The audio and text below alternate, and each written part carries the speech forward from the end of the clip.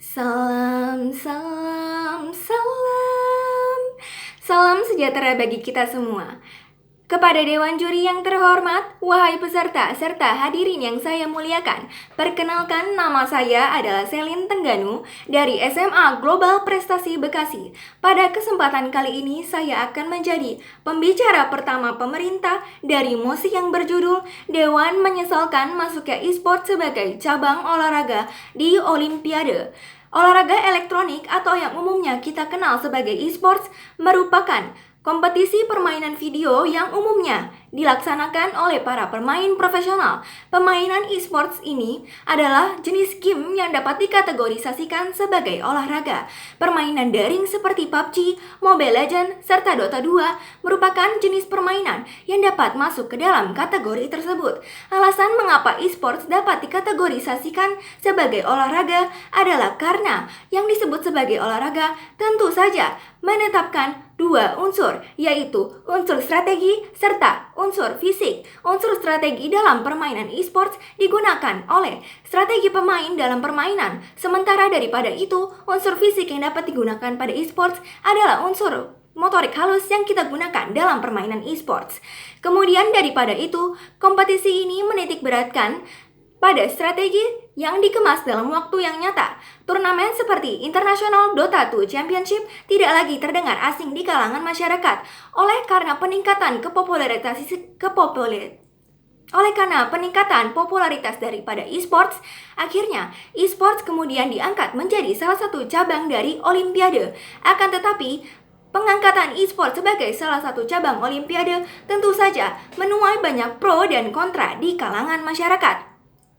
E-sports dikatakan sebagai e-sports antara candu dan prestasi.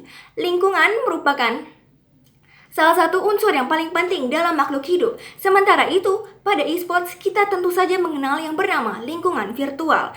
Manusia yang pada umumnya, yang pada hakikatnya merupakan makhluk sosialis, tentu saja tidak dapat luput dari yang namanya lingkungan sosial. Sementara itu di dalam e-sports kita mengenal dengan yang bernama lingkungan virtual.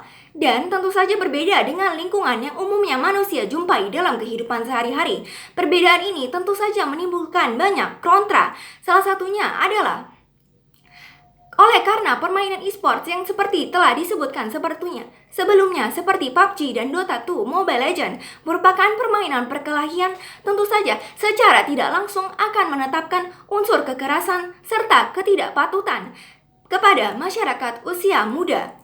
Kemudian bila kita kaitkan dengan teori tabula rasa oleh John Locke yang mengatakan bahwa manusia merupakan kertas putih yang siap diisi dengan sumber informasi apapun itu. Maka dari itu, bila kita kaitkan lagi ke konsep yang sebelumnya, kekerasan dan ketidakpatutan, jika kita masukkan kita manusia sebagai kertas putih, maka dari itu tentu saja akan menimbulkan dampak negatif bagi diri kita sendiri. Kemudian daripada itu, Olimpiade yang disebut sebagai ajang kompetisi merupakan tentu saja memiliki pemenang dan tim yang kalah. Karena di dalam kompetisi tentu saja kita memiliki pihak yang menang dan pihak yang kalah. Akan tetapi, bila kita kaitkan dengan konsep yang sebelumnya, kekerasan dan ketidakpatutan, apabila terdapat orang yang kalah di dalam e-sport dan mereka tidak terima, apakah mereka akan menggunakan konsep kekerasan dan ketidakpatutan yang mereka dapatkan dari lingkungan di e-sports? Maka dari itu, berdasarkan pemaparan yang telah saya sampaikan, saya secara tegas menyatakan bahwa saya menyesal masuknya e-sports ke dalam cabang olahraga Olimpiade. Dengan demikian dapat saya simpulkan bahwa alasan Dewan menyesalkan masuknya e-sports ke dalam cabang olahraga Olimpiade karena manusia yang merupakan makhluk sosial dan akan dipengaruhi oleh lingkungan sosialnya. Sementara itu dalam lingkungan e-sport, lingkungan virtualnya yang kemudian didominasi oleh permainan perkelahian, tentu saja tidak dapat luput dari kekerasan dan ketidakpatutan. Yang kita takutkan di sini adalah apabila dalam kompetisi atau dalam olimpiade tersebut terdapat pihak yang kalah dan tidak terima, mereka akan menggunakan konsep kekerasan dan ketidakpatutan untuk mengatasi masalah tersebut. Sekian dan terima kasih.